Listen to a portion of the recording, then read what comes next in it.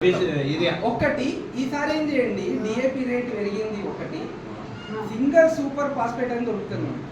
Soybean అనేది మనకి పప్పు దినుసు పంటకు కూడా వస్తుంది. నెక్స్ట్ దానికి ఆయిల్ పంట, దాని నుంచి ఆయిల్ తీస్తాం మనం. ఆయిల్ పంటలకు ముఖ్యంగా ఏం కావాలో తెలుసా మనకి? తెలిస్తే చెప్పండి.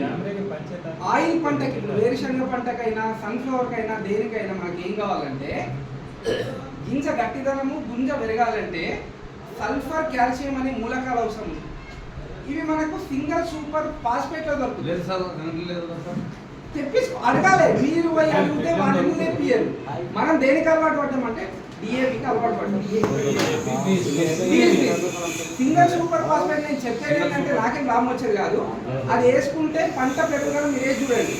కాల్షియం, సల్ఫర్ ఉంటుంది దాంట్లో. అది ఎప్పుడు ముందే అంటే పంట 15 రోజుల ముందే పంటకి ఏదైనా మనం ఫాస్ఫరస్ వేసేది ఉంటే 15 రోజులు దాటితే మనం ఇచ్చే ముందు వేసుకున్నా నో ప్రాబ్లం.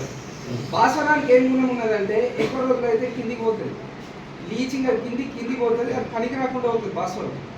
అర్థమైందా? ఏ సింగల్ సూపర్ ఫాస్ఫేట్ అయినా మీరు ఏదైనా వేయండి, భాస్వరం ఎరువు అనేది పంట ఎదుగుదల దశలో పనిచేయదు.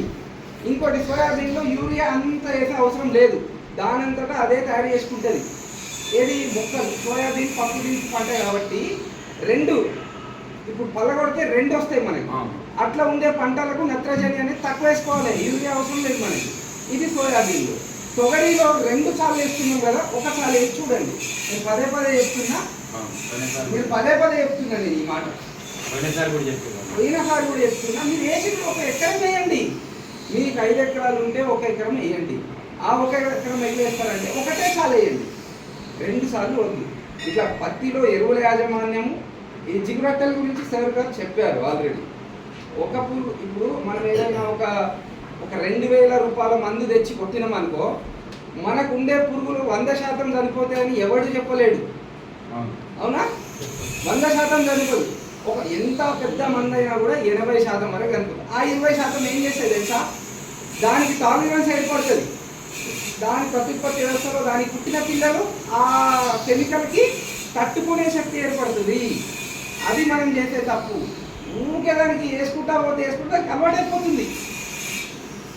మనకి ఎంత అన్నట్టు నాకేం కాదంటది. అర్థమైందా? తినగా వేమో తీయగుండు. ఎంత తింటే అంత దానికి ఏం కాదు, దానికి ఏర్పడ్డది ఆహారంగా చేసుకుంటుంది.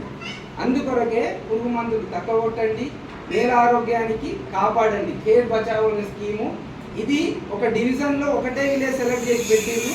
ఇది ఎందుకు పెట్టిండ్రు అంటే మీ గ్రామ రైతులు మంచిగా ఉన్నారు, అక్కడ పోతే డిస్టర్బెన్స్ ఉండేది మాకనే ఉద్దేశంతో పెట్టారు. ఇదే మెయింటైన్ చేస్తే నెక్స్ట్ మనకి ఏమైనా వస్తే కూడా సార్ వాళ్ళు అందిస్తారు.